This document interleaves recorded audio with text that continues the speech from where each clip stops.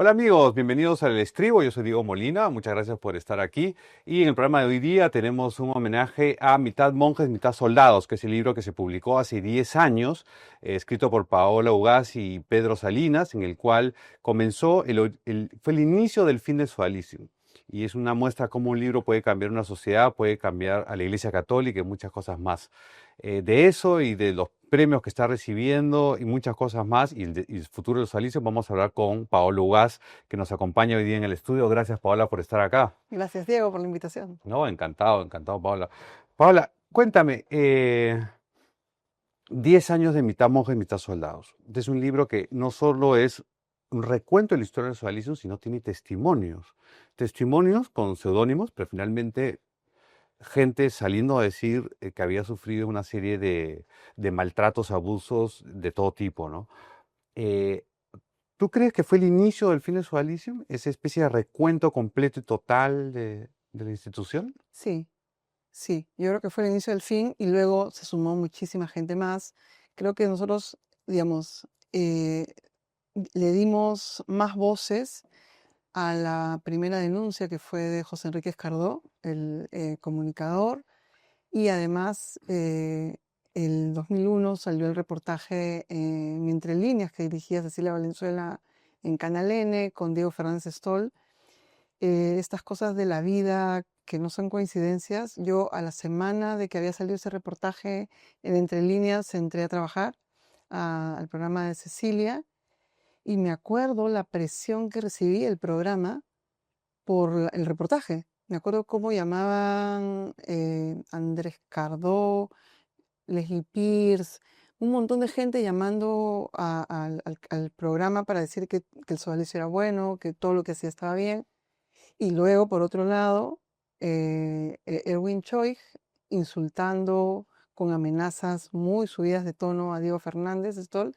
Y yo me acuerdo en ese momento decía, qué, qué impresionante, ¿no? O sea, de verdad que no calibraba la fuerza de esta organización en el Perú y en general, ¿no? Era como, pucha, qué fuerte para reaccionar tan así, ¿no? Y luego, bueno, obviamente con los años ya conocí, bueno, con esta investigación me llevó, Pedro Salinas cuando me llama a hacer esta investigación, me llegó a comprobar en la piel, en la experiencia, no solo que era una organización poderosa, sino que era una organización vengativa, que si tú hablabas de ella te iba a responder. Y eso creo que marca el antes y después de cualquier organización como tal, porque vamos a hablar más en detalle, pero han habido investigaciones contra legionarios de Cristo, Mm. han habido investigaciones contra el caso Caradima en Chile, legionarios en México. México, y ellos no han y en Boston, en el Boston Globe en el 2002, pero nunca estas investigaciones, nadie de esas organizaciones se fueron contra los periodistas, ni contra los religiosos que los investigaban. Nunca. En este caso, en particular, sí. Y eso definió para mí el fin del sodalicio. Si ellos no hubieran, obviamente, sido fieles a su ADN vengativo, no los hubieran suprimido. Pero qué interesante eso, porque significa, o sea, los legionarios de Cristo o Caradima o el caso de Boston, que bueno, una película buenísima, Ujú. eh, ni en esos casos respondieron, estas instituciones respondieron, pero en el Perú Salicium sí salió a pegarle a los periodistas y a quien sea que le... Y además pegarle de muchas maneras, ¿no? Han denunciado de muchas cosas, ¿no? Claro, y pegar a los periodistas, hacer campañas de desinformación contra los periodistas, llamar a las editoriales, llamar a los medios de comunicación, amenazar, o quizás no tanto amenazar, pero decirles, oye, por si acaso estamos aquí, cualquier cosa que tú necesites. Y yo creo que cuando ellos empiezan a hacer lo mismo contra los religiosos que los investigaron, como Charles Chicluna, Jordi Bertomeu, y ahora el ahora Papa León XIV, o sea, Robert Prevost, cuando era el prefecto de dicasterio de obispos, eso sí lo enervó al Papa Francisco. Yo recuerdo la reunión que tuvimos el 9 de diciembre del 2024, estaba Pedro Salinas y mi colega Eli Salen con él, y cuando empezó a hablar de ese tema sí lo enojaba porque era ir contra su propia autoridad. porque el que había mandado a investigar al sodalicio era él. Claro. Entonces dijo, es el colmo, se le agarró la cabeza, ¿no? Era como que es el colmo. Y yo siento que esa es la gota que hace que finalmente Francisco decida hacer lo que hizo, porque han podido hacer muchas maneras de, digamos, corregir al sodalicio. Qué curioso. O sea, claro, si es que ellos no hubieran atacado a los representantes de Francisco, Ujú, Francisco no se hubiera sentido tan empujado a tomar esta decisión exacto. tan histórica al final, ¿no? Exactamente. Mi madre diría, en el pecado está su penitencia. Y es verdad. O sea, ellos empujan, digamos, a hacer esta decisión y es una decisión que no se tomó en 2000 años de existencia de la Iglesia Católica y que se tomó, digamos, en base, digamos, a los hechos y a una alianza que yo siento que es una alianza virtuosa entre los periodistas y buenos elementos de la Iglesia Católica que tomaron, o sea, que comprobaron lo que estábamos publicando y que sobre eso decidieron. No es que nos creían, digamos, per se, no era, no, yo te creo, sino cuando yo me reúno con el Papa Francisco en noviembre del 2022, le cuento, Santo Padre, nos quieren machacar, nos quieren meter a la cárcel, y es una organización que tiene el permiso pontificio, ¿no? Y están en Perú y tienen mucho poder, tienen mucho dinero, etcétera. Por favor, haga algo. O sea, nosotros somos periodistas, no tenemos más poder que ese. Entonces no le pido que nos crea, le pido que por favor mande a un equipo que compruebe lo que estamos diciendo. ¿Con qué cara me habrá visto? ¿No?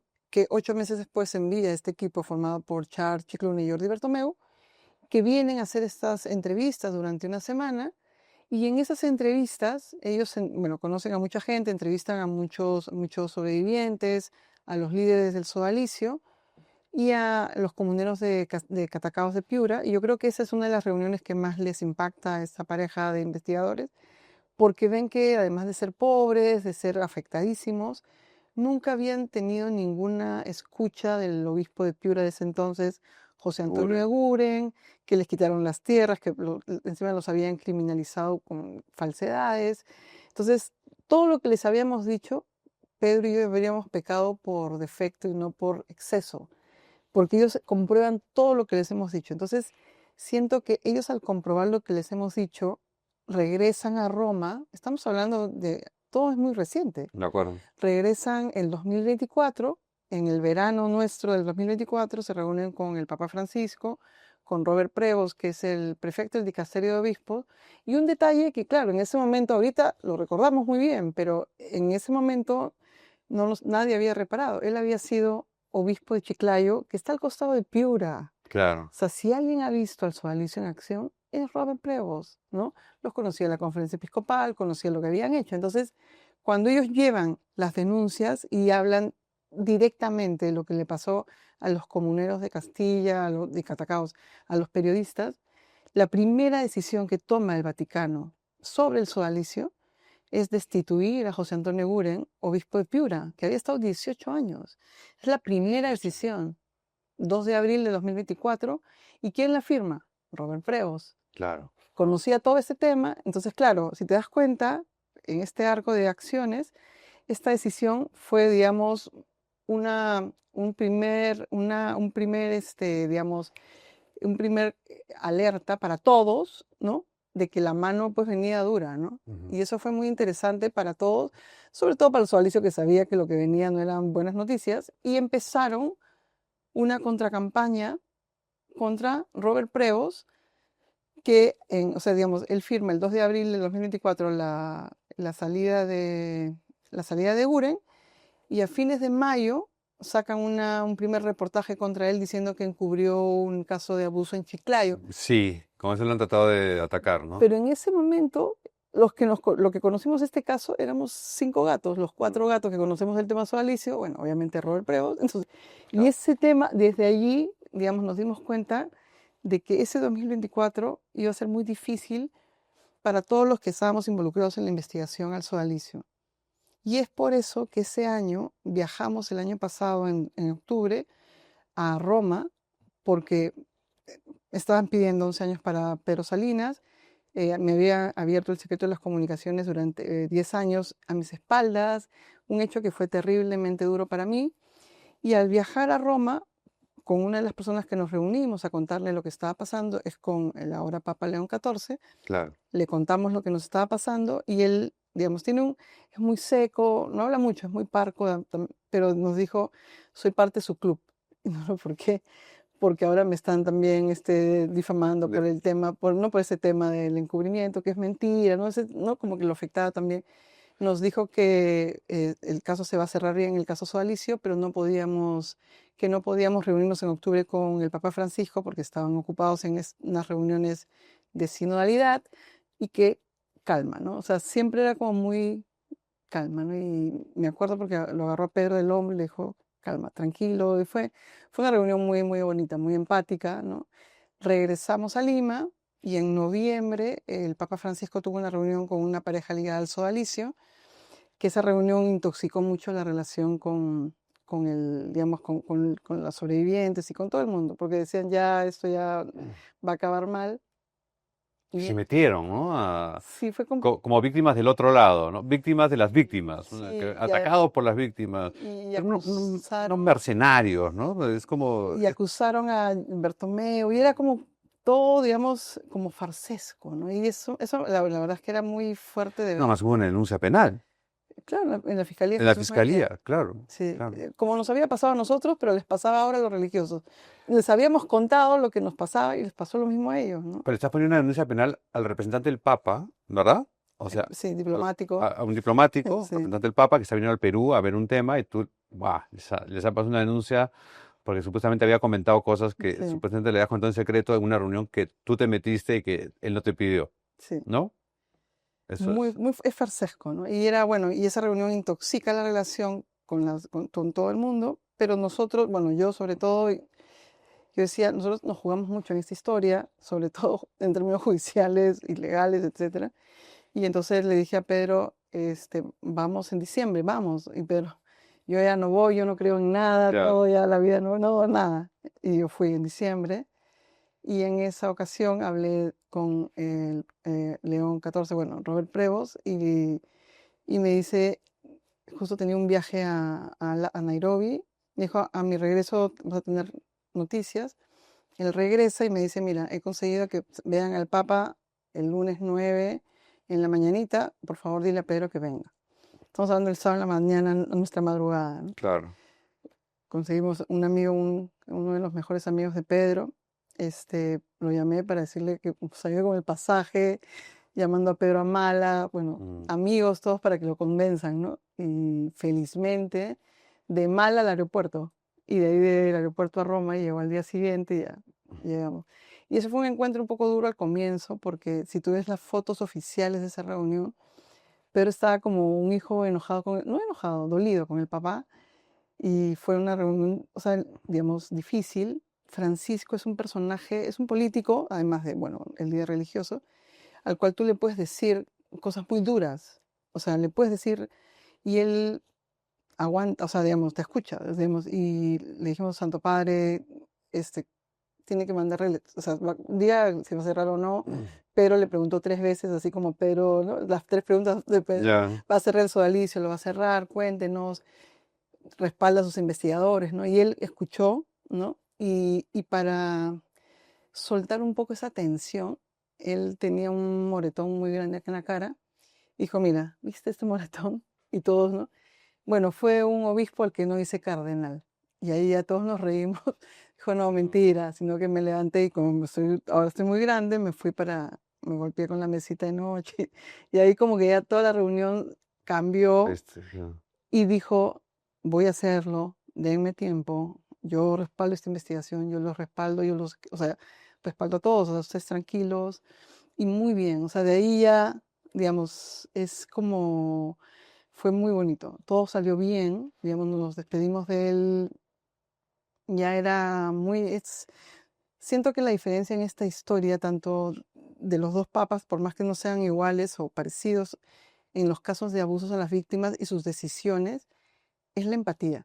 Mm. Para mí no es un tema ideológico, o eres empático ante los sobrevivientes o no lo eres. Y yo siento que eso es lo que ha cambiado las cosas en esta historia. Entonces, y Francisco fue empático, ¿no? Entonces, saber que, claro, lo notó a Pedro pues fastidiado, de inmediato hizo todo para, ¿no? para que Para, se sienta más distendido, sí, fue muy que bonito, estaba en fue confianza. un encuentro bien bonito, bien, acabamos bien. Obviamente apenas salimos, una de las personas que fuimos a ver fue a Robert, ¿no? Se Claro. reía, ¿no? Siempre es como muy tranquilo. ¿No? O sea, no es una persona que habla muchísimo, pero estaba contento por lo que había salido, ¿no?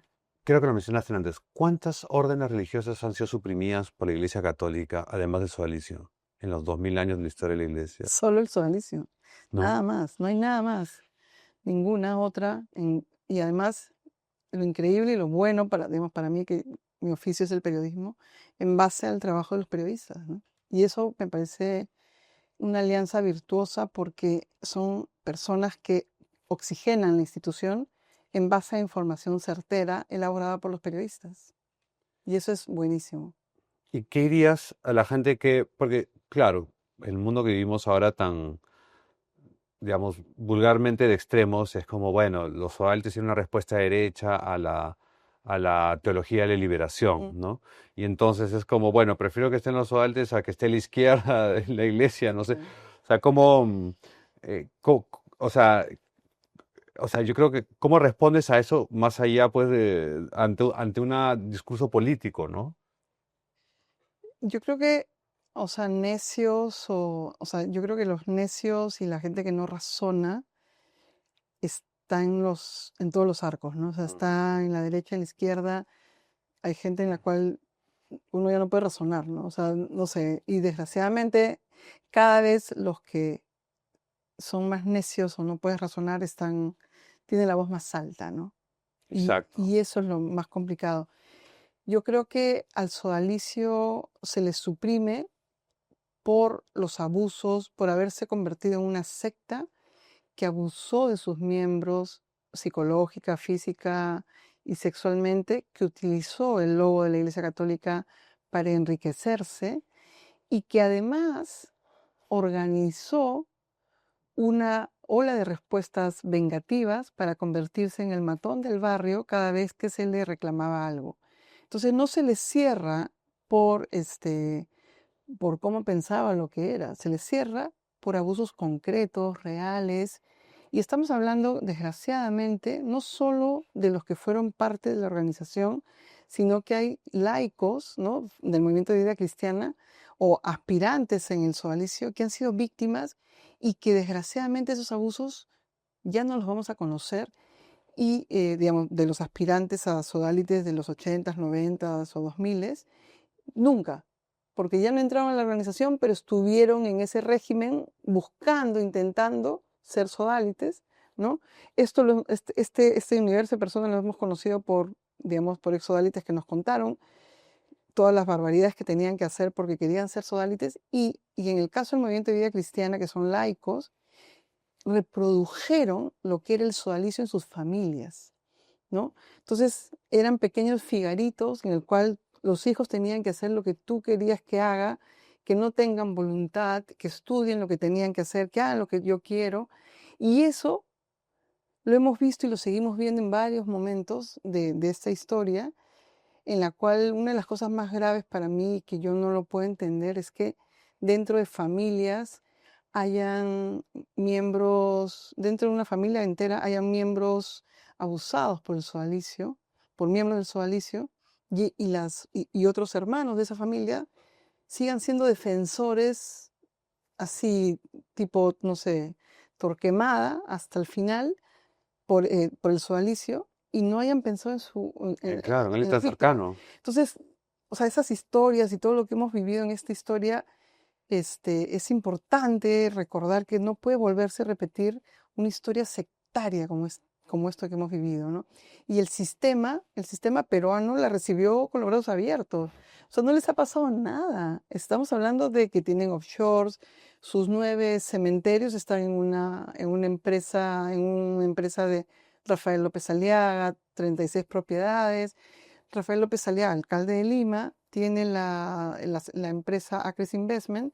Él, él habla de su empresa, ni siquiera renunció a la empresa porque él la pone en su declaración de intereses y está ahí y es una especie de muro entre las reparaciones a las víctimas y proteger los bienes antes que pensar en las reparaciones de tanta gente que necesita psicólogos, medicinas, seguros, porque nunca tuvieron CTS. O sea, estamos hablando de un universo de personas muy grande, Arequipa, Mm. Piura, Lima y otros países que han sido, pues, digamos, desgraciadamente diezmados psicológicamente por esta organización.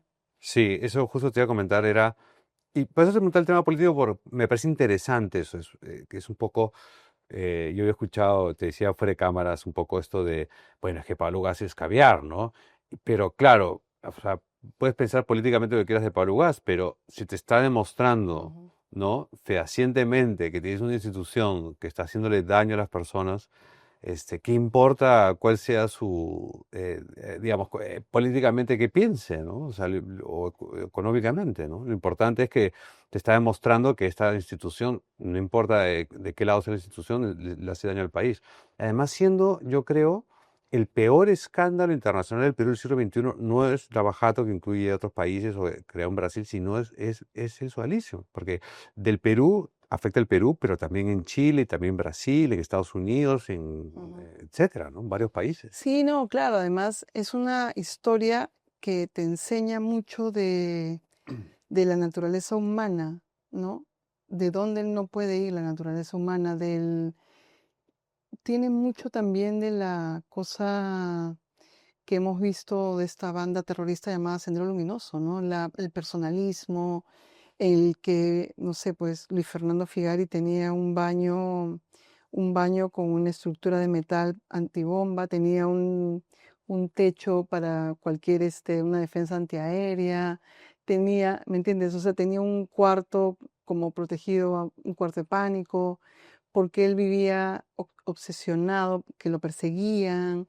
Entonces, estamos hablando de ese nivel de locura, pero toda la organización estaba organizada en ese nivel de locura. Él salía al aeropuerto, iban 6 carros con él, entraban con él al aeropuerto, ¿no? Mm. Guardaespaldas. Entonces, todo estaba hecho para eso, ¿no es cierto? O sea, Jaime Berter, el jefe de la parte económica, y él era la parte, digamos, y él acondicionaba el dinero para que Figari pueda vivir como vivía, ¿no? Entonces, como si fuera una suerte de Dios de esa Una organización. especie de pequeño dictador, ¿no? Y además todos se terminan volviendo paranoicos, ¿no? En un momento, Exacto. todos estos personajes medio psicópatas, llenos de poder, piensan que los van a matar en algún momento, Sí. ¿no?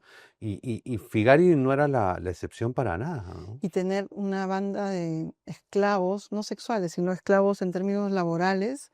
Él se levantaba a las 2 de la tarde y a esa hora se ponía digamos, a esa hora se ponía a ver películas, que le traigan la comida más cara, se la pasaba de 2 a 12 de la noche viendo películas, había alguien que le cambiaba el control remoto, otro tenía que irse a Farmacia Deza porque en ese momento vivía frente a lo que es el Club El Bosque en Santa Clara porque le gustaba el chocolate en especial, que quería el jugo de piña, no sé qué.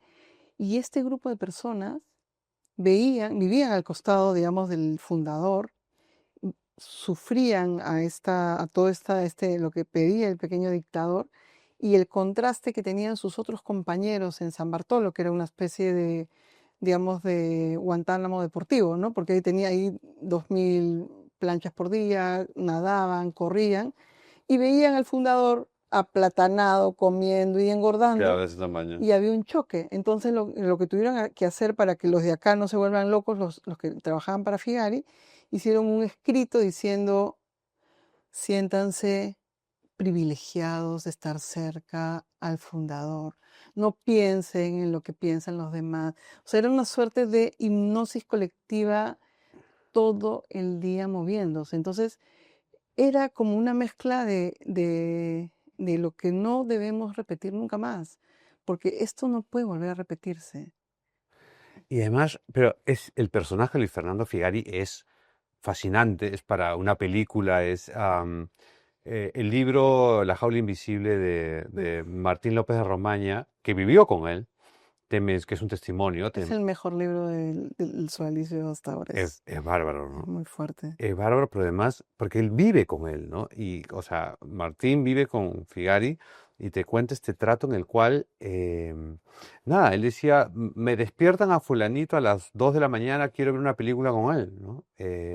O en lo que tú decías, me van a comprar tal cosa, o cómo lo sometía a ciertas torturas, ¿no? Si a uno, él sentía que a uno no le gustaba mucho, lo hacía, le ponía como penitencias, ¿no? Pero dolorosas, o sea, es bien loco, era un control total estos chicos, ¿no? No, y además hacía que tu cara, por ejemplo, si te daba ciertas órdenes y veía que algunas órdenes te fastidiaban, las repetía. Entonces, hay algunos sodalites que desarrollaron la manera de no tener gestos. Y entonces, a mí me ha tocado entrevistar a más de uno sin gestos y acabar la entrevista y ponerme a llorar, porque no, o sea, él te lo contaba, es como ir más allá de inhumanidad, ¿no? O sea, es como un personaje, bueno, pero es ese personaje, pero son varios más, Son varios. porque sin el dinero de Jaime Bertel recolectado gracias al concordato, esta organización llamada Sodalicio, que duró más de 50 años sin que le pase nada, no hubiera persistido, porque tenía que tener el poder económico, empresarial, político, o sea, tenía que durar. Este invento tenía que durar. Sin plata, no duraba, pues. Era Exacto. imposible. En ese sentido, es bien interesante el que mencionas el concordato, porque, claro, el Sodalicio es parte de instituciones que se adhieren a esta especie de convenio entre el Vaticano, ¿verdad? Ujú, Y el Estado peruano, el concordato, por el cual no pagan impuestos. Un poco es el mm, resumen sí. en este caso. Yo me imagino que por la iglesia haber dicho, me da miedo el tema del sodalicio porque le podría dar el derecho al Perú a dar por concluir el concordato, porque Ujú. tienes una institución que no paga impuestos y de repente está llena de plata, que tiene cementerios, universidades, colegios, tierras, Offshores. offshores, y fondos de inversiones, etcétera, no paga un sol. Hasta el momento de hoy no paga un sol. Y esa plata nadie sabe dónde está. Y el dragón está muerto, como dices tú, Y el ¿no? dragón está muerto, pero en Perú se sigue moviendo. Sí, claro. Sí, no pasa nada. Claro, además date cuenta que ese dinero acumulado gracias al logo de la Iglesia Católica, porque ellos hicieron muchísimo tipo de negocios desde el año 80 hasta el 90, pero todavía no habían negocios que les ligaban, no tenían los colegios, pero no despegaba, hasta que crean esta figura de ficción de los cementerios, en la cual tú tienes un terreno en Lurín, un cementerio, y le llamas, entre comillas, misión. Mm. Pero ¿qué es una misión? La misión es lo de la película Jeremy Irons, ¿no? Claro, Robert De Niro. Sí, en un lugar alejado, eh, tú creas ahí y esa es comunidad católica, ¿no es sí. cierto? Y ahí tienes todas las gollerías, por supuesto, porque las merece, digamos. Pero a 30 kilómetros de Lima, ¿cómo creas una ficción llamada Misión si está rodeada de la ciudad? Claro. Pero lo hicieron, ¿para qué? Para no pagar impuestos, para que nadie entre, para que todo esté protegido. Y entonces lo donan al arzobispado de Lurín, le dicen al arzobispo, esto es suyo, pero no es suyo, lo manejamos nosotros, ¿ya? Así que cualquier cosa, si pasa, si algo nos molesta, le vamos a retirar la donación, pero al tener el gorrito de la Iglesia Católica, los impuestos, ningún impuesto pagas. Y sobre eso hicieron 4 misiones más y otros 5 cementerios, y eso hizo que haya un superávit de plata. Mm. Y sobre eso empiezas a hacer ya mineras, agroexportadoras, y otro tipo de negocios para ir moviendo todo lo demás. O sea, la gallina de los huevos de oro del sodalicio que empezó en el año 2000 es los cementerios. Y sobre eso ya empiezan las offshores a acumular más plata y ya tienen ahorita 2 offshores, dos en Panamá y 2 en Denver, Ya. donde está su iglesia, que es Santa Rosa y Providential, siempre con nombres ligados a la Iglesia Católica. Y sobre eso, bueno, está ahí, pero la ley, o sea, lo han visto todo el mundo, pero no hacen nada para buscar que se haga algún tipo de reparación a las víctimas. En el Perú, nada, no ha pasado absolutamente nada. Y todo ese dinero, Paola, pues estamos en un momento que cuando entrevisté hace tiempo, alguien me decía que los royalties valen 700 o han valido en un momento dado 700 hasta casi 1.000 millones de dólares, ¿no? O sea, No, pues claro, en bienes, en propiedades. Date cuenta que también tenían cosas en Chile, bueno, tienen propiedades en Colombia, en Ecuador, en Costa Rica, en Brasil, en Italia claro. y acá. Y bueno, y en Estados Unidos. Entonces, estamos hablando de una organización que tiene muy buena, o sea, tiene muy buena, o sea, dinero que no ha querido ni siquiera pensar en cómo acercarse a sus víctimas solo para verlas como si fueran enemigos, sino al Exacto. contrario. Pero ¿qué pasa con ese dinero? Porque digamos, o sea, la institución ha sido abolida. Pero ¿qué viene ahora? Porque supuestamente tienen que enviar una persona. O sea, ¿qué crees que viene ahora? En octubre llega el comisario, que es Jordi Bertomeu, que era el que los investigó, va a instalar una oficina de escucha y va a hacer una suerte de listado de los bienes con fraternas, siervas, sodalicio y Movimiento de Vida Cristiana para ver, digamos, el balance final antes de ver algún tipo de reparación con los sobrevivientes. Pero claro, dadas los antecedentes del sodalicio, digamos, no, no los veo, digamos, llevando pero ni un Claro, de papelito un partido por la papelito. nada. Claro, o sea, él va a tratar de levantar toda la información que pueda, me imagino, de los bienes que hay, de todo Ujú. esto, y más o menos en base a eso, porque la idea es reparar a las víctimas en Sí, parte. sí, sí, sí. ¿Y pero qué pasaría con o sea, con todo o lo demás qué pasaría? ¿Pasaría en nombre de la iglesia? No entiendo. Esa parte, bueno, esa parte también, no sé, Mm, no está escrita todavía, ¿no? No claro, sé, no sé qué siga, pero por lo menos si es que esta organización todo hubiera sido diferente si su actitud ante esta investigación hubiera sido diferente, pero no los alucino haciendo algo diferente a lo que han hecho hasta ahora, ¿no?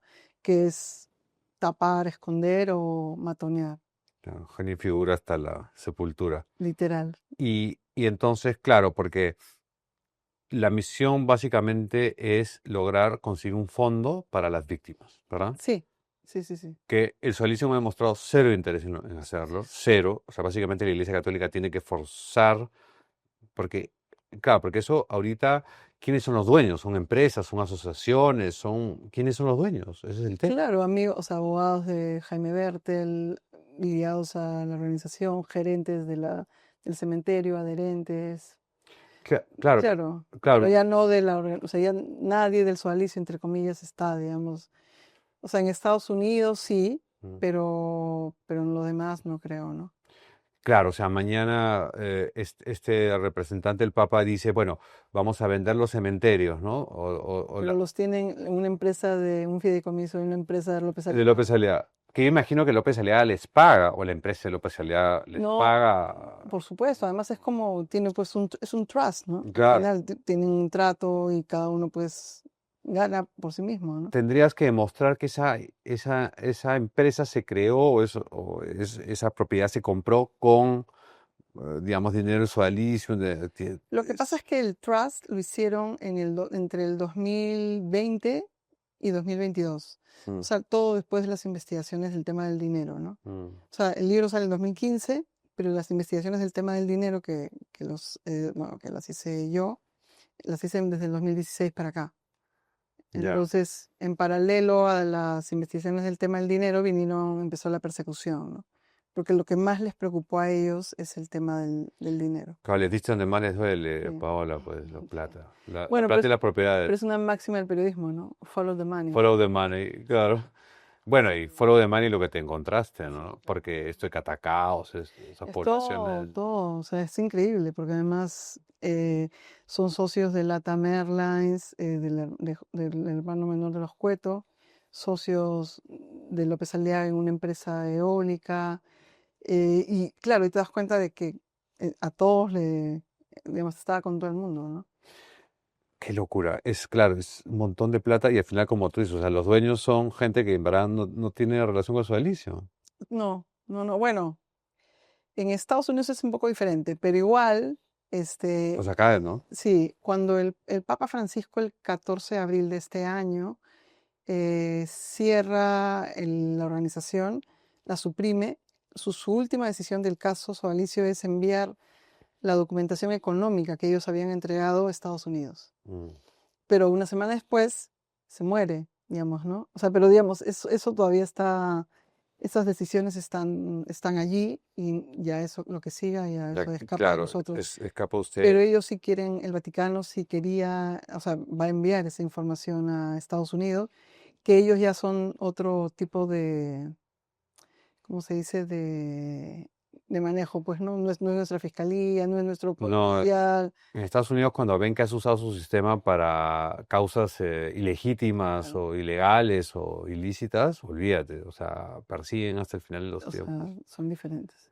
El, las víctimas, ¿tú crees que realmente se logre darles una reparación a todas las víctimas de su alicio? O sea, me encantaría que sea algo justo, sí, me parecería importante, ¿no? Me parece importante que tengan algún tipo de fondos, sobre todo para el tema Mm. medicinas, seguros. Creo que, pero Terapia probablemente. sí, para eso, porque realmente han habido momentos que tanto Pedro como yo, no, o sea, somos periodistas freelance, nosotros no teníamos el Boston Globe detrás tratando de ayudar, ¿no? Nos ayudó muchísimo un psicoanalista que ha fallecido, que se llama Eduardo Bastelumendi, nos ayudó tratando de, Mm. ¿no? Nos ayudó el mismo Robert Prevost a Claro. conseguir fondos para en ese momento a los más, más afectados, pero no es, eso no debería ser así, o sea, No, ¿me pues. entiendes?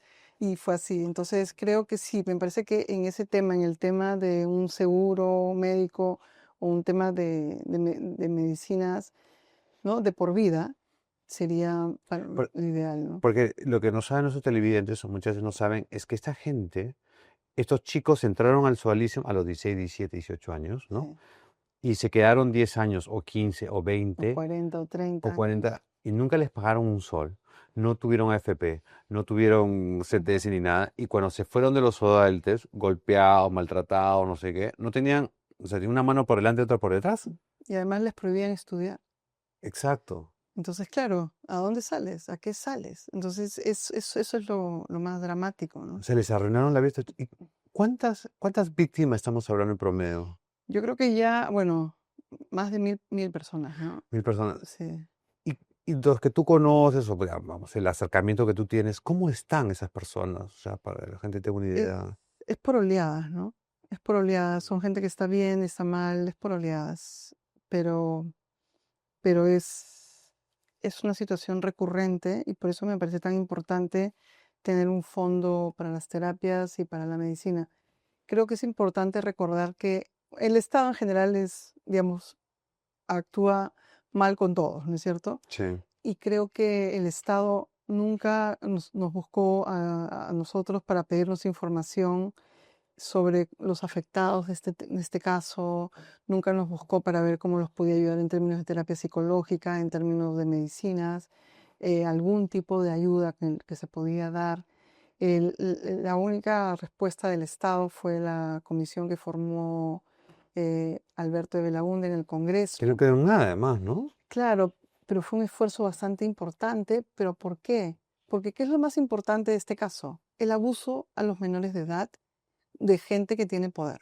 De acuerdo. Entonces, ¿qué se tenía que haber hecho? Lo que se hizo en Estados Unidos o Irlanda, que nunca más un niño o una niña esté a solas con alguien que ejerza un poder sobre él, un religioso o un profesor, Mm. para evitar el tema de abusos, ¿no es cierto?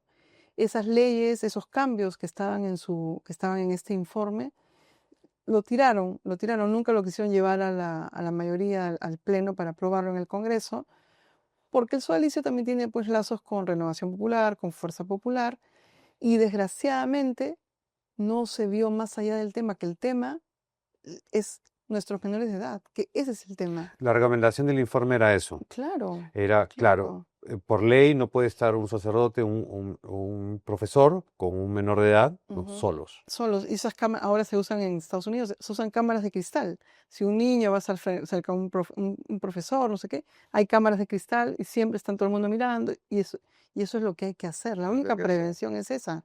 Y que, por ejemplo, este lugar del mal, que se llama Instituto de Medicina Legal en la Fiscalía, donde van toda la gente que ha sido víctima de violencia física, psicológica o sexual, te tratan horriblemente, sin empatía, te hacen llorar, o también hay presunta corrupción en ese lugar, y eso hace que los victimarios la pasen bien Sí. y las víctimas queden como lo que nos quedan, ¿no? Entonces creo que la cosa es cambiar el sistema, porque el sistema está roto. Claro, por ejemplo, en el caso del sistema, ¿cuántas denuncias te pusieron a ti de alguna manera vinculadas a callarte, no? Mira, muchísimas. Hubo un año, el 2019, que me pusieron más de 50 denuncias en la fiscalía, Wow. y todas, bueno, en base a falsedades. Fui la periodista más denunciada de ese año, es un título muy triste, y todo basado en mentiras. Y me abrieron una investigación por lavado de activos, por enriquecimiento ilícito, por cohecho, y hasta ahora el caso me habían cerrado el lavado de activos dentro del caso Lavajato, y ahora han vuelto a abrir otra investigación de lavado de activos y de enriquecimiento ilícito, no, y de cohecho. Y todavía no se cierra. Y claro, han pasado muchos años, me quieren tener ahí como colgada de la brocha de estas investigaciones, porque nadie dice, oye, ¿por qué no lo cierran, no? Y en el mismo caso de Pedro Salinas, han ido más allá. Es un caso también basado en mentiras, y ese caso lo han llevado al Poder Judicial, y el juez que lo ha recibido es como una suerte de mesa de partes que no lo cierra porque nos han dicho que nuestros nombres, tanto el mío y el de Pedro, son nombres sensibles. Entonces, si cierran, a ellos los van a perseguir. Entonces, claro, ¿Y quién? bueno, qué sé yo, no sé, Claro. pero es terrible porque, si te das cuenta, nosotros estamos viviendo, o sea, digamos, estamos en vilo en esta investigación, y nadie, digamos, no hay una manera de, ¿qué te digo?, de detenerlo, porque el sistema está hecho para eso, para hacer que ya te olvides de, digamos, de investigar estas historias, y no tener ningún aliciente, porque esto, como comprenderás, es esto por años. Estamos hablando de Pedro 15 años y yo desde el 2011. Increíble.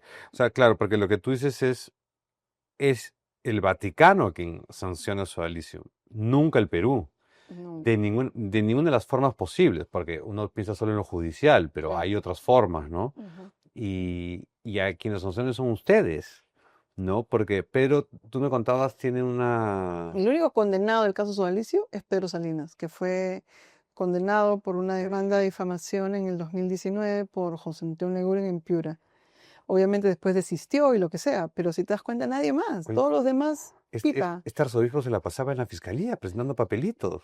Bueno, no su gente, porque Usted acá no se iba a manchar la mano. nunca, jamás. Pero dime una cosa, entonces tú tienes en un momento 50 denuncias contra Pablo Gas, Sí, no, horrible, fue terrible. este, Y en la pandemia, venta de uranio y plutonio, plutonio a organizaciones terroristas en el Medio Oriente. con la familia Vargas Llosa, que no se O te sea, olvide. ¿qué tal va ese negocio? Cuéntanos, Paola. ¿Cómo Plutonio, funciona te imaginarás, maravilloso. maravilloso? Está bien. Claro, entonces, y eso, y además que dirige una red de lavado de activos. O sea, tratan de, además, si eres mujer, tratan de además, bueno, hablan de tu cuerpo, de tu inteligencia, de tu vida privada, y te inventan muchísimas cosas, porque parte de esta red de lavado de activos, yo tenía que tener pues un amante narcotraficante, ¿no? No podía ser no Ah, tenías narcotraficante, amante. Ya. narcotraficante, no podía ser un no narcotraficante. Claro, y estaba todo un tinglado increíble, ¿no? A Pedro sí no le inventaron ningún amante, pero a mí sí. Claro, Pero porque eres mujer, ¿no? claro, claro, pero Claro. es parte de esta, digamos, de este, Idiosincrasia a las, casi. a las mujeres periodistas les va peor, ¿no? En este baile. Y entonces que el sistema está mal y es un sistema que puede ser manipulado por una organización como se dice, ¿por qué? Porque tienen dinero, porque tienen abogados hechos para manejar el sistema, para callar a los periodistas, para manipularlo. Y además, cada cosa que hacíamos, encontrábamos que había una contrarrespuesta, digamos, en los medios, en este ecosistema de la difamación, donde estaba La Abeja, estaba La Razón, Expreso, Willax, y además habían libros, o sea, han hecho un libro contra Pedro Salinas, el caso Pedro Salinas, hablando de su caso de difamación. Se venía el mío, pero no terminaron de hacerlo, Claro. ¿no? Chalinas Verdes era. Hicieron un libro contra Daniel Llovera también, todo vinculado a este caso. O sea, que haga un libro, o sea, ¿me entiendes? Y además, cuando yo me reúno con el Papa Francisco, una de las primeras cosas que me dice es, mucha gente me pidió que no me reúna contigo, ¿no? Porque me habían alertado de tus investigaciones. Claro, no me dijo nada más, pero sabía que habían hecho todo este tinglado para malquistarme, o sea, decir, no, pero esta periodista como si estaba investigada por lavado de activos, ¿cómo va a hacer eso? O sea, ¿me entiendes? Claro, Es como, claro. es increíble la manera como maniobraban, ¿no? No, más lo que tiene que entender la teleaudiencia es cómo a uno lo arruinan así, ¿no? Que es la misma estrategia que te Ujú. comentaba la cientología, ¿no? Tú denuncias Ya, es igual. tú hablas en contra de la cientología y te meten tantas denuncias y demandas que lo que logran es arruinarte la vida. Terminas gastando toda tu plata en abogados y no sé qué, hasta que te quedas sin la nada, ¿no? Y ya no, y ya te vuelve. Es la misma estrategia, ¿no? Claro, y nosotros cometimos un error con Pedro al comienzo, que era no darle importancia, porque era tan absurdo Claro. que no, o sea, digamos, decimos, Pedro, pero esto es lo que están diciendo, sí, dice Pablo, pero no, o sea, es absurdo, nadie lo va a creer. Claro. Se hizo una bola de nieve y cuando era una bola de nieve y estaba encima nuestro, nos dimos cuenta que sí debimos detenerlo desde el momento, pero es como, no se puede creer que estaba tan bien organizado. Y ahora tú sigues peleando esos casos, o sea, que se archiven esos Sí, por casos. supuesto, Claro, por supuesto, por supuesto. Además estoy pensando, digamos, hacer una contrademanda a Expreso ya. por difamación, porque ellos fueron los que empezaron el tema del lavado de activos, para que ya se cierren y ya no digan nada más, porque ya la persona que hizo esta investigación del caso del lavado de activos, resulta que su nombre no era su nombre, que nunca estuvo Mm, con ese nombre, que ya no vivía en este claro, país. claro. Entonces, claro, todo era, digamos, tú hacías así, chic, Es, y se caía todo. claro. Pero tenías que hacer chic, porque al comienzo, si te das cuenta, o sea, yo quisiera que los que nos escuchan en este momento piensen que estás en la pandemia, te levantas y ves una portada con tu cara acusándote de ser una jefa de una red de lavado de activos.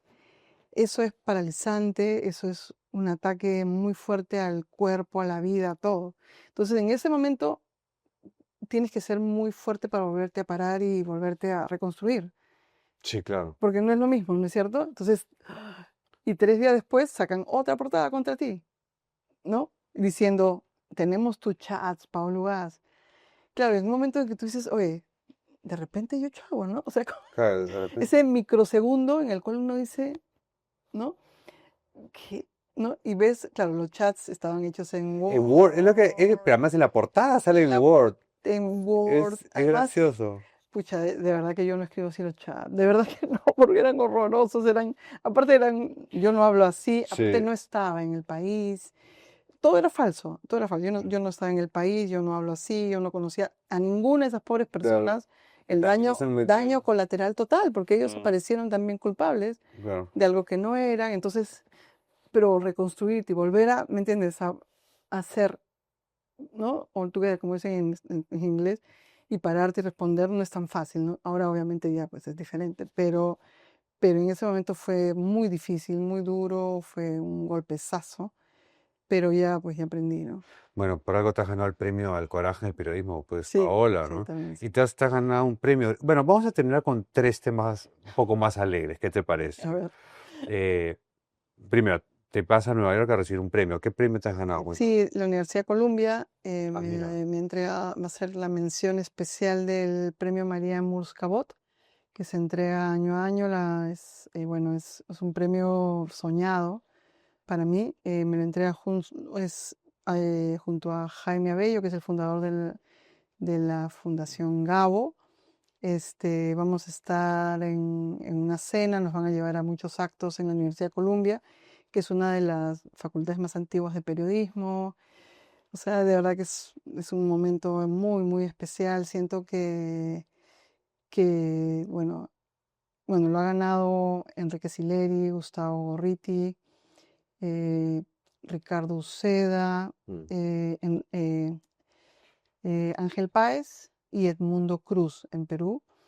Y me encanta estar en Compartir esa ese. compañía porque siento bueno, que ayuda mucho en tiempos tan difíciles, que premien al periodismo peruano porque es necesario en momentos en los cuales necesitamos mucha luz ante tanta oscuridad, ¿no? De acuerdo, de acuerdo. Y la otra pregunta era, ahora con todo lo de la inteligencia artificial y todo esto que toda esta tecnología ha ido diezmando la labor del periodista, ¿no? ¿Cuál crees cómo a través de todo esto va a poder sobrevivir el periodismo de verdad, el periodismo que logra sacar a la luz las cosas, etcétera? ¿Cómo crees que se mantenga ese periodismo? Yo creo que el periodismo va a resistir cualquier tecnología al final, porque digamos, me acuerdo cuando, claro, soy mayor que tú, cuando salió el internet, me acuerdo que estábamos no sé, algunas cosas de internet que decían, bueno, esto va a acabar el periodismo, esto va a acabar el periodismo.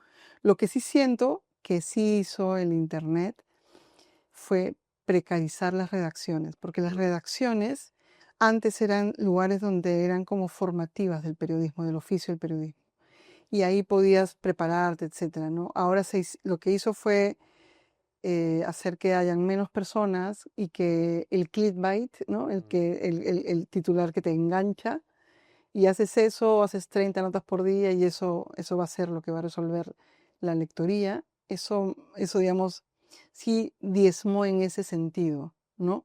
Ya no se alentó a la formación de una escuela, redacción, que es así como aprendí yo periodismo en la revista Caretas, y creo que sí, en ese lado sí está mal. Y en el lado de la inteligencia artificial, la verdad es que yo sí no le tengo mucho temor porque te da muchísimas te da muchísimas respuestas, Mm. pero no sabe hacer preguntas. No. Y nosotros sabemos hacer preguntas. Los periodistas tienen que saber hacer preguntas, pues, ¿no? Pero para eso te preparas también. No es que no sé, pero sí, pues, vivimos Sí, haciendo claro, preguntas. claro. Entonces yo creo que sí, me encanta que exista y no le tengo, digamos, esta, siento que es un buen reto tenerlo ahí, pero si me consigues a alguien que haga buenas preguntas, ya bueno, ya no, mentira. Pero sí es importante que el periodismo siento que tiene que regresar a pensarse desde esa raíz formativa. Mm. Formar al periodista, que existan estas redacciones después de la universidad o que sean otras profesiones que no sean necesariamente comunicaciones, son donde se forman los periodistas, Claro, ¿no? claro. A mí me parece que por allí es el Para- camino. sí, yo creo que sí va a seguir existiendo y va, no va a ser el éxito comercial quizás de antes, pero va a tener una voz importante, ¿no? Igual. ¿Cómo es tu recuerdo del Papa Francisco como personalidad, como persona? Bueno, es un personaje muy, claro, no tengo ninguna objetividad para ver el Papa Francisco porque de verdad que lo terminé queriendo mucho, Mm, porque yo lo conozco epistolarmente antes de conocerlo personalmente. Él me manda la primera carta en el 2019, a mediados del 2019 recibo la primera carta. Y él digamos, siempre terminaba diciendo recen mucho por mí, muy cercano, muy empático, a mano la carta con muchas cartitas, con fotitos. Y yo le respondí, bueno, tenía un correo, a partir de ahí tenía un correo donde yo le respondía. Cuando recibo las primeras portadas, también contra mí le cuento y él estaba muy cercano. Entonces ya cuando lo conozco en el noviembre del 2022, porque por la pandemia no me lo pude encontrar en marzo del 2020 como habíamos quedado, ya teníamos un tipo de relación y él en ese encuentro este, me habló de Juan Luis Cipriani, me dijo, estaba acá, che, me dijo, "Ah, estaba acá, no sé qué, a querida me preguntó cuándo regresa al Perú, yo le he dicho, bueno, que tiene este castigo, que lo recuerde bien y que, bueno, no va a poder regresar porque tiene que cumplir el castigo, qué sé yo. Y de ahí me preguntó por los presidentes, por qué caen tantos presidentes en tu país. claro, Y yo le dije, bueno, si yo tuviera esa respuesta sería millonaria, le digo, y claro. él se reía un montón.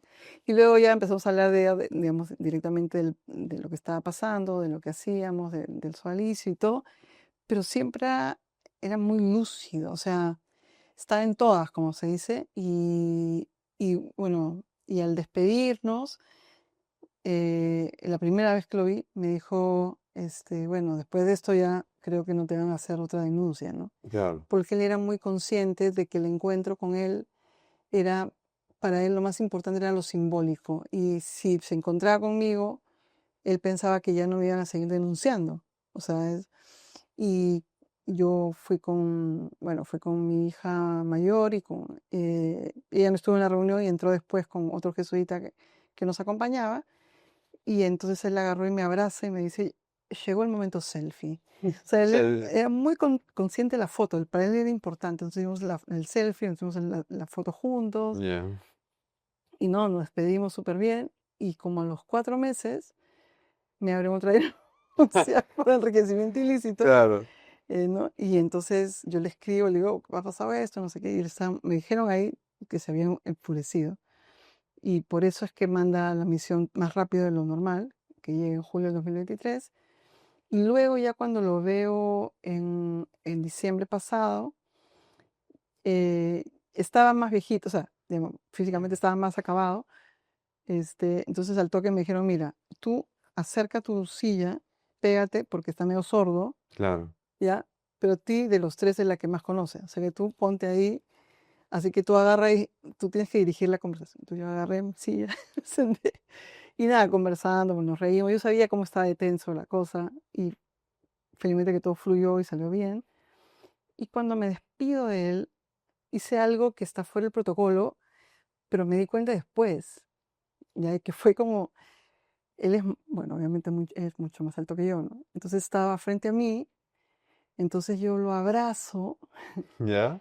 y le doy un beso en cada cachete, ¿ya? Y creo que eso no se hace, ¿ya? Porque él se Creo que no. sorprende, ¿no? No, es el Papa. Entonces, y lo abrazo y me mira, y se ríe ya, ya bueno, fue así ya. Y fue mi último recuerdo porque él se reía, porque es muy juguetón. Y dije, ah, chao, mamá. Pero fue una cosa más muy, muy bonita. Claro, te nació este Pero cariño. imagínate, Claro, que me claro. chapo al papa. No, pero fue tan cercano, fue muy, es que, Ay, Paola.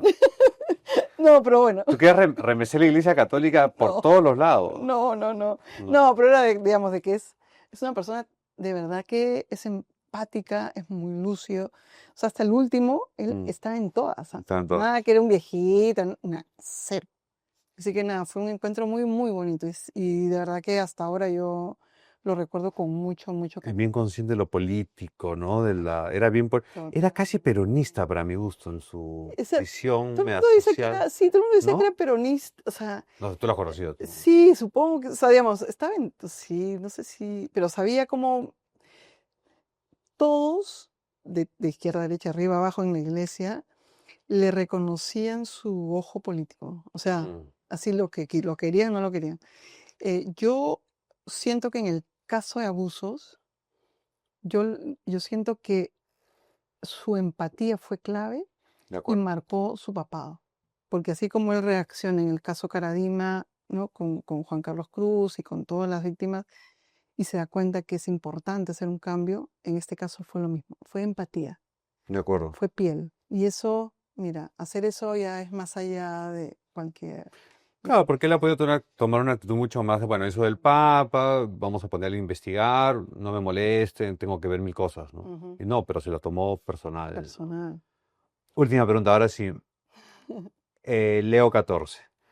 Prevost, ¿cómo es? ¿Cómo es la persona? ¿Cómo es este? Porque he visto unas fotos abrazanos, le das una chalina, él no sé qué te regala, No, no, muy no, íntimo, él no me regala nada. ¿no? No, No, bueno, sí, yo lo conocí en el 2018, en una rueda de prensa. El libro sale en el 2015. ya. Y entonces hacen una rueda de prensa en la conferencia episcopal, las clásicas, ¿no? Hablando de lo que sea, pero la idea era que hablen del tema sodalicio, había pasado algo con Figar y que ya el tema lo habían blindado, creo. Y me acuerdo que de los cuatro que estaban en la mesa, el único que estaba tímido y nervioso al verme era él. Los demás estaban como, ah, bueno, no sé qué. Y, y él era, en ese momento yo no sabía, era el jefe de las víctimas, de la asistencia a víctimas, Mm, ¿no? De la conferencia episcopal. Y él se acerca, es el único que se acerca con los periodistas y habla del caso, habla de Figari, habla de no sé qué. Se acerca y me saluda y me dice, estamos ahí, estamos viendo qué hacer, qué sé yo. Yo no le creía, obviamente, no, ya claro. Así como, Claro. ¿no? Asada, no asada, pero era como que no. Pero ahí fue que lo conocí, o sea, lo conocí por primera vez. Y luego, en el 2019, que es cuando condenan a Pedro en Piura, el nuncio Nicolás Gerasoli nos habla de que hay 4 obispos que están con ustedes: Carlos Castillo, Reinaldo Nan, Robert Prevost y Pedro Barreto. De los 54, 4. Wow. Van a sacar un comunicado a favor suyo, tranquilo, pero claro, los 4, y van a hacer más cosas, se han quejado con Francisco, ¿no? Y a partir de allí tuvimos esta relación con él, y él era muy cercano por su manera de ser. O sea, lo que quiero decir es que por su manera de ser, él fue la persona que era el puente entre el sodalicio y víctimas muy afectadas para conseguir medicinas, terapias o algún tipo de reparación económica. Cuando nos hemos vuelto a ver ahora en octubre del año pasado en Roma, él nos decía, yo no sé cómo me daban todo lo que me daban, porque, digamos, yo no respondía nada más que a mí, ¿no? Claro. Pero si tú ya empiezas a ver, él es muy parco, es tranquilo, es calmado, pero es un dedo. Ya. Es muy, muy, o sea, calcula muy bien, es estratega, conoce, o sea, se mueve lento. Eso sí, se mueve lento, piensa muy bien antes de moverse, pero cuando se mueve, Va con todo. con todo. Y eso es, sí, jaque mate. Una fuente me decía, ni en la peor de las pesadillas de Sodalicio, Prevost salía Bueno, papa. tú te imaginarás, ¿no? O sea, fuimos a cubrir el cónclave con Pedro Salinas, con la mula, Claro. y al llegar, empezamos a ver que todo el mundo hablaba de Prevost en los medios donde nos sacaban la mugre a Claro. nosotros, le sacaban la mugre a él. Decía Pedro, oye, pero ¿por qué Claro. si está en la quiniela, está en el puesto 9, 10, Claro. está Robert, no sé qué? No sé, pa, no sé qué. Y el otro, no, no creo. Ya. No sé qué. Bueno, entonces no sé. Una colega mía de New York Times que cubre acá me dice, estoy haciendo una biografía y estoy en la de Robert, de Robert Prevost, porque como es de Perú, qué sé yo. Yo, ¿qué? Sí, me dice, bueno, igual tenemos que hacer de todos. Me dice, o sea, bueno, si tienes algún dato, sí, claro, le mandé algunas cosas. Y le dije, pero todo está raro. Y uno de los 2 días anteriores al cónclave, otro amigo del Vaticano nos dice, oye, busquen amigos en Chiclayo, no sé qué, porque la cosa está moviéndose. Pero o sea, No, claro. cero. O sea, Papa peruano, están ¿no? locos, nada No, que ver. no va a pasar. ¿Ya? Entonces, bueno, viene el miércoles y el jueves, que ayer eran las 6 de la tarde, estábamos a punto de hacer nuestro último despacho e irnos a comer rico, y en eso empieza la gente a gritar, y tenemos un colega español frente a la pantalla donde se veía la fumata. Mira, todas las lisuras, todos los improperios que es capaz de decir un español en 5 minutos, los estaba diciendo este amigo Jesús bastante. Decía, ¿qué ha pasado? ¿Qué tiene? Ya. Y era fumata blanca, pero como había tanto sol en ese Se momento, notaba. yo no veía, o sea, y como siempre nos han dicho, hay riesgos de fake news, siempre hay que ser o sea, hay que ser doble, ¿no? Chequear de nuevo. Yo, mira, y ya cuando hemos sentido el grito que venía de San Pedro, porque nadie iba a San Pedro a cubrir porque habían interruptores de internet, entonces estábamos mucho más para este lado, y allí empieza la gente, ¡ah! Como un gol, ¿no? Y ahí dijimos, ya es fumata blanca de todas maneras. Pedro y yo dijimos, pucha, no, Pedro Parolín, ya no sé qué, hicimos un despacho así súper desganado, y de los nervios Pedro rompe el parante de la cámara, lo rompe, ya, pucha, ya, bueno, y nos fuimos a una de las salas de prensa donde habían 300 personas para esperar el anuncio, Claro. porque queríamos tener el nombre bien, o sea, porque ahí no lo íbamos a hacer, salvo que sea CNN o CBS, o sea, los grandes medios que estaban en lugares tenían un audio bueno. Entonces vamos allá a esperar, ¿no? Y ahí hacíamos el último despacho, qué sé yo. Y en eso empieza y era Robert, ¿no? Entonces, pero Robert también hay un Robert Sara, o sea, que nada Claro. que ver, ¿no? De Robert Francisco. Y Pedro me dice, y yo, ¿qué? Y cuando dijeron Prevost, te juro, yo casi me muero. O sea, fue una cosa que digamos, fue un grito que de verdad que no pensé que me iba a salir, y así, que Pedro me ha volteado y ¡pau! Y yo, ¡ah! Así, Claro. y me ha sacado de la sala. ¿ya? Me da un vaso de agua, no sé qué, y hemos regresado. Y ahí, claro, el que me rescata, el otro, pero llorando, ¿no? Claro, Los dos ahí. Y claro. hemos regresado ya para el discurso, ¿ya? Y dijo Chiclayo, peor, ya todos ahí. Ya, Y de ahí en la sala, todos los que estaban, nadie sabía quién era Robert Prevost, ni nada, ni Chiclayo, por supuesto. claro, obvio. Entonces, como nos han visto hacer todo ese número, digamos, nos han rodeado los periodistas y nos empezaron a preguntar, Chiclayo, Robert, y desde ese día, durante 2 días, no paramos de dar entrevistas, ¿no? Fue una cosa impresionante. Y luego ya yo me quedé, Pedro se regresó, y los de Sala Estampa, Mateo Bruni, el jefe, me invita a esta presentación con periodistas. Ya, Pero yo no tenía idea que, o sea, qué iba a suceder. O sea, yo llevé los regalos a mi amigo Cardenal, pero, claro, o sea, lo que siempre hacía, claro, pero pero súbitamente es papa. no sé, claro, en el Claro, camino se convirtió en papa, pero sí. tampoco pensé que iban a haber cámaras. O sea, no sabía cómo era la ceremonia, no tenía idea. Mm. Porque estás ahí sentada, tampoco lo iba a saludar, pero no sabía. Entonces me sientan, lo que me cuentan después es que él ya sabía que iba a venir a verme a mí en especial, pero nadie me dijo nada, ¿me entiendes? O sea, yo tenía a Mateo Bruni, que es el Claro. jefe.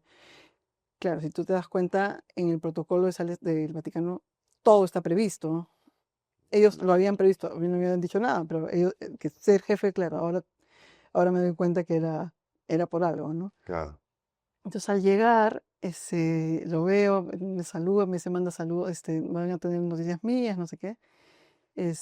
Y luego le entrego la chalina, empiezan a gritar ahí mismo, el chocolate hace la broma, porque hace bromas muy tontas, ¿ya? Pero te ríes. Es típico humor gringo ese. Pero típico, ¿ya? Típico humor Entonces dijo, gringo. guárdenlo esto porque se lo van a comer, no sé qué, y Claro, todo el claro. mundo ya no sé qué. Y le dije, bueno, y la foto, y al toque agarró la cámara y se la dio a Mateo para que él haga la foto. Y nada, fue un encuentro muy, muy bonito. Él o sea, como es él, muy tranquilo, muy Mm. relajado. Y nada, bien. Pero claro, fue increíble, la verdad que fue un momento muy bonito. Él sigue siendo quien es él. Sí, claro.